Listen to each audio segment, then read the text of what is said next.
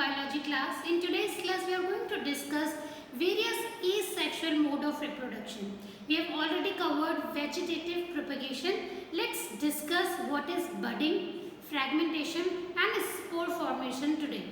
Now we all know that in asexual reproduction all the non-flowering, all the plants that don't have any seeds, they reproduce through various methods. Okay, that methods in which they don't reproduce through seeds are known as asexual reproduction. Now in the last class we already talked about that how we can grow new plants through their vegetative parts, through their roots, through their stem and through their leaves. Let us see what could be the other ways of reproduction apart from their vegetative parts. So number one that we are going to discuss today is budding. Then we will talk about fragmentation and spore formation. If you remember, we know that there are various modes of reproduction, asexual mode of reproduction. They are, we'll just be showing you, they are vegetative propagation, budding, fragmentation and spore formation. Let's take budding today. Okay. Now if I say bud, do you know what bud is? Yes, I am very much sure that you all might have seen bud. Okay. Now there are few unicellular and multicellular organisms. There are various unicellular and multicellular organisms which reproduce through budding. Okay. Now what happens in budding is that in this method a small projection called budding. Bud. Can you see this bulb-like structure? So this bud-like structure grows from a parent cell. For example, this which you can see here is a yeast cell. Okay, now yeast is a unicellular organism which is very microscopic. Okay, it is microscopic. We cannot see it with our eyes. Okay, but it reproduces through budding process. How? Suppose this is the cell, this is nucleus. Now, when this parent cell matures, okay, it gives rise to this bud. Okay, so bud kind of thing originates and grows from the parent cell and it starts growing and this nucleus also divides, and after some time you will notice that another yeast cell is fully generated or fully grown from this parent cell. After some time, when this bud will get enough nutrition, it will detach. Okay, it will detach and it will grow into a new cell. Okay, the new yeast cell can again carry out the same budding process and can produce more yeast cell like this. And sometimes children, in on one yeast cell many buds grows, so giving a chain like of structure in which many yeast cell grows out of one single cell. So in this cell there is no seed, there is no stem, there is nothing like that. So they reproduce like this method. Okay, you can see here more clearly. Okay, so here you can say that this is the bud. Okay, so this is the bud. Okay, and this bud is arising on the parent cell. This is the parent cell of yeast. Now after some time the nucleus copies and divides the bud, and this nucleus also receives a copy. So basically you don't have to understand this much, you just have to understand this, that one parent cell give rise to a bud. After some time when this bud receives enough nutrition, it detaches from the parent cell and it forms new buds. It forms new cells. Okay, or we can say new yeast, new organisms. Okay, like bacteria. Bacteria also reproduce in this way. Coral reefs. I am sure you must have heard about coral reefs. So coral reefs also reproduce in this manner. Flatworms. Okay, have you heard of jellyfish? Yes, jellyfish also reproduce through this method. Okay, so in this a small bud arises as an outgrowth, and after some time when it gets enough nutrition it divides into another yeast cell. This also happens in hydra. Okay, hydra is a type of multicellular organism. Multicellular means it has many cells. Okay, so hydra is generally grown in you can see this in sea or in oceans. Okay, it is generally grown in sea and ocean beds. So this hydra also, this is a plant basically. Okay, this comes under plants category, but it's a type of water plant which you will generally see in seas and ocean, and it's a multicellular organism. It also reproduces through budding. Can you see this finger-like projection coming out of it? So this is called as bud. Okay, after maturing, so okay, when this hydra matures, you all know that there is a specific age of maturing of every living organism. Same is the case with yeast. So after maturing, this bud comes out of it. It is not such that it will carry on multiplying after every second. They have some specific maturing time. After that, the bud will come. This bud will take all the nutrition from this parent plant, and once it is fully matured, it is capable of growing alone. It will be detached and it will grow into a new hydra plant. So you can see here, see this is a hydra. Okay, so this is the growth of bud. So after maturing, once this hydra plant is mature, it will give rise to this bud. After this bud will grow, taking the nutrition from this parent hydra. After some time, it will be detached from the parent and it will grow into new plant of hydra. Is that clear what is budding? So this is the one method of asexual reproduction. Now what can you see on the screen? Can you recognize, can you recall this? While traveling from one place to another, you must have seen this green patchy, or what do you call it, green patchy or slimy type of substance over the pond, which makes that pond appear green. Yes, what do you think this pond looks? Why do you think this pond looks green? Do you think that it has green water? When I was small kid, I used to believe that water is green in color. But that water is actually not green in color. That water appears to be green because of the presence of this organism which is called as algae. Have you heard of algae? Yes, so this water appears to be green because of the presence of a special type of algae which is known as Spirogyra. Okay, so there are many animals, okay, tiger, elephant, so many. Similarly, there are many types of algae. One of them is Spirogyra. So now you know that the green patchy substance or the algae that you see over the pond, it's basically a algae which is a plant basically. Okay, it also has chlorophyll. Do you remember? We studied that in first chapter that algae is also a autotrophs. It can make their own food with the help of photosynthesis because it has chlorophyll pigment in it. That's why it appears green basically. Okay. Now the question comes here is that how does it reproduce? Because it is non-flowering. Okay. It don't have any flower. It didn't have any roots, any stem. So how does it reproduce? How come that the whole pond appears to be green? Okay, within a short period of time. It's because of the process, or we can say asexual mode of reproduction that we called as fragmentation. That is called as fragmentation. Fragment means pieces.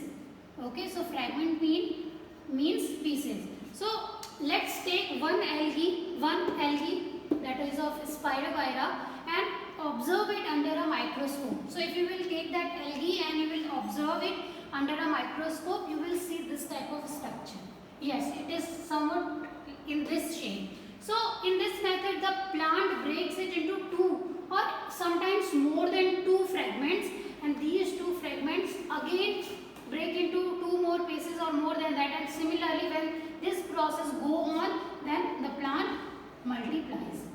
Clear? So this is very simple mode of asexual reproduction. Okay. Now here the same rule will apply that once this Spirogyra attains maturity, after a certain period of time, it will break automatically. It will break once it is mature, once it is fully grown. So now, and when it will break, each of these two parts are capable.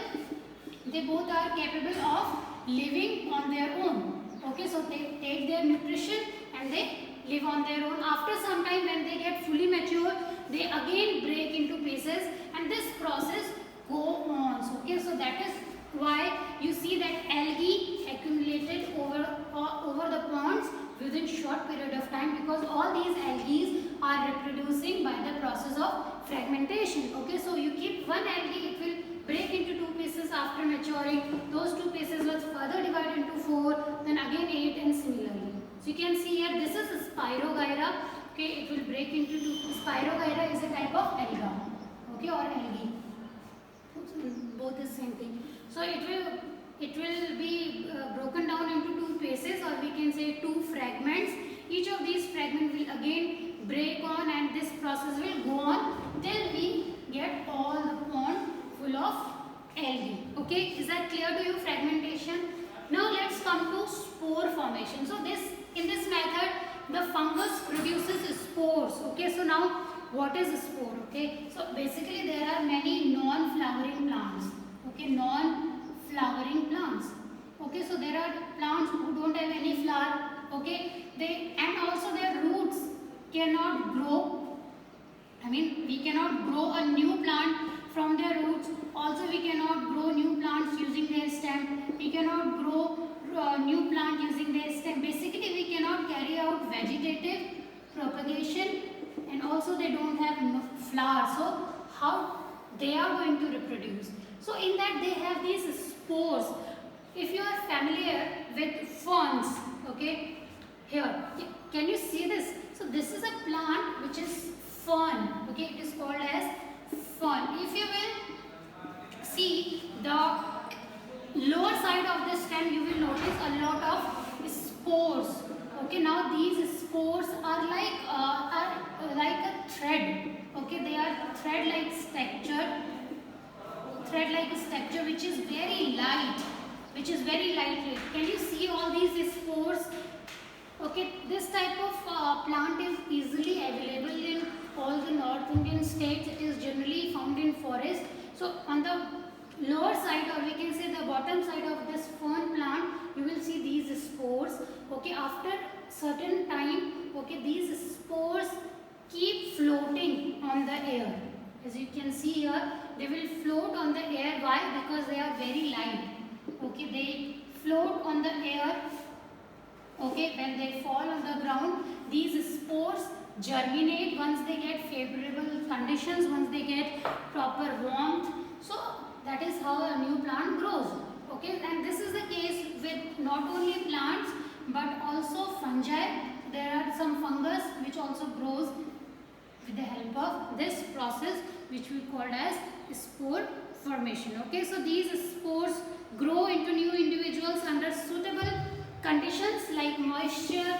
If they get suitable moisture, or they'll get good temperature, so they will grow into big plants. So children, these spores are very much protected by outer covering. So if you can see these spores, so this is a moss plant. Okay, so moss is generally look like algae. Okay, in hilly areas, near the river bed. Okay, near the, for example, if this is a river bed, this is the mountains, you will generally find them near the rivers. Okay, it looks like similar to algae. Okay, so they grow, they reproduce through spore formation. So these spores are generally protected with outer covering. And do you know, children, these spores, once they lay on the soil, they can stay in this dormancy state for about years. Now, by dormancy I means the time duration for which they are underground. Okay, there is a specific time, right? If you will